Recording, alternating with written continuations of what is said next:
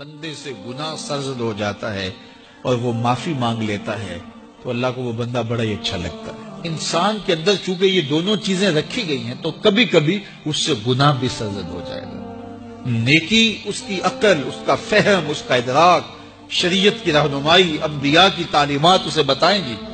کہ وہ نیکی کے راہ پہ چلے، لیکن کبھی کبھی بائیں سمت سے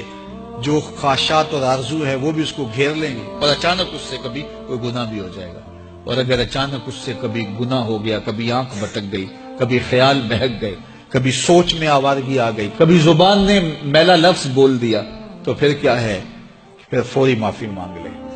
مومن جب گناہ کرتا ہے تو ایسی کیفیت ہوتی ہے جیسے ابھی احد پہاڑ تلے آ گیا ہے، اگر اس نے توبہ نہ کی تو کچل دیا جائے گا۔ اللہ اکبر، تو پھر فوری معافی مانگتا ہے تو یہ اللہ کو بڑا ہی اچھا لگتا ہے۔ اللہ کہتا ہے فرشتوں سے کہ دیکھو میرا بندہ آخر میری دہلیز پہ آیا تھا، تم گواہ ہو جو میں نے اس کے سارے گناہ معاف کر دیے۔ تو گناہ کے بعد جو شرمندگی ہے،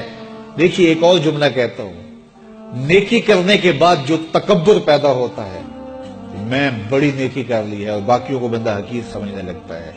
اور اس سے کوئی غلطی سرزد ہو جائے اس کے بعد شرمندگی ہوتی ہے اور اپنے آپ کو چھوٹا سمجھنے لگتا ہے اور اللہ سے معافی مانگتا ہے،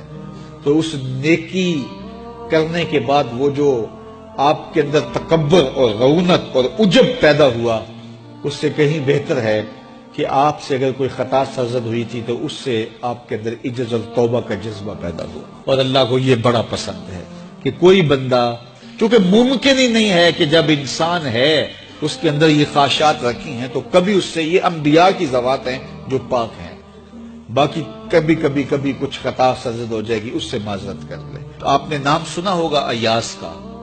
محمود غزنوی کا بڑا محبوب وزیر تھا اور بہت زیادہ بادشاہ اس سے محبت کرتا تھا، تو آیان سلطنت جلتے تھے، تو بادشاہ گاہے گاہے کوئی ایسا منظر ان کو دکھلاتا کہ اس سے میں خاص پیار کیوں کرتا ہوں۔ ایک دن بادشاہ کے ہاتھ میں موتیوں کی بھری ڈبیاں تھی اور محل کے اندر یہ ایک حوض تھا، تالاب تھا، تو اس کے اندر اس نے وہ سارے موتی پھینک دیے۔ شفاف پانی اور نیچے فرش پہ پڑے ہوئے موتی نظر آ رہے ہیں، تو اس نے ایک ایک وزیر کو کہا کہ یہ موتی نکال کے لاؤ، اور سنو اپنا لباس اور اپنا بدن نہیں بھیگنے دینا۔ تو سب نے کہا یہ کیسے ہوگا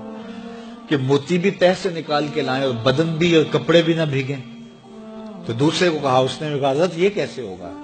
یہ شرط ہٹائیں تو پھر میں نکال کے لاؤں۔ جب بات آئی ایاز کی تو ایاز نے فوراً چھلانگ لگا دی، موتی پکڑے، ڈھونڈے، ہتھیلی میں لیے اور کانپتے ہوئے بدن کے ساتھ بادشاہ کے سامنے پیش ہوا، حضور یہ لے لیجئے۔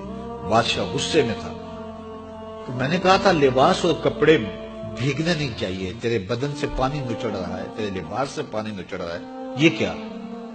تو ایاز نے ہاتھ باندھ کے کہا، بادشاہ سلامت، آپ کے دو حکم تھے، ایک حکم یہ تھا کہ موتی نکال کے لانے، دوسرا حکم یہ تھا کہ کپڑے اور بدن بھیگنا نہیں چاہیے۔ ایک کام میں نے کر دیا ہے، دوسری غلطی ہو گئی ہے، معافی چاہتا ہوں۔ تو کہا وزیرو یہ ہے خوبی اس کی، تم نے کہا ہم کیسے نکال کے لائیں، اس تالاب میں اتریں گے تو بدن تو بھیگے گا ہی بھیگے گا۔ تو کہا جب شہوات دی گئی ہیں، خواہشات رکھی گئی ہیں، آرزویں دیوانی ہیں، اور پھر اس کائنات کے اندر رہ کر کے حضرت انسان کبھی تو اس تالاب کی غلاظت سے اپنے آپ کو بھر ہی دے گا، تو پھر کمال کیا ہے کہ نیکی کے پھول پیش کر دے،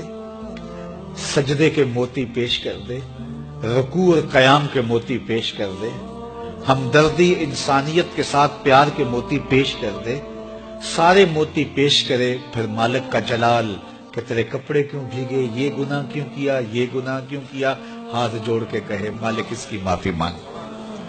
تو اللہ تعالیٰ پچھلے گناہ نہ صرف معاف کرتا ہے بلکہ ان گناہوں کو نیکیوں میں تبدیل کرتا ہے۔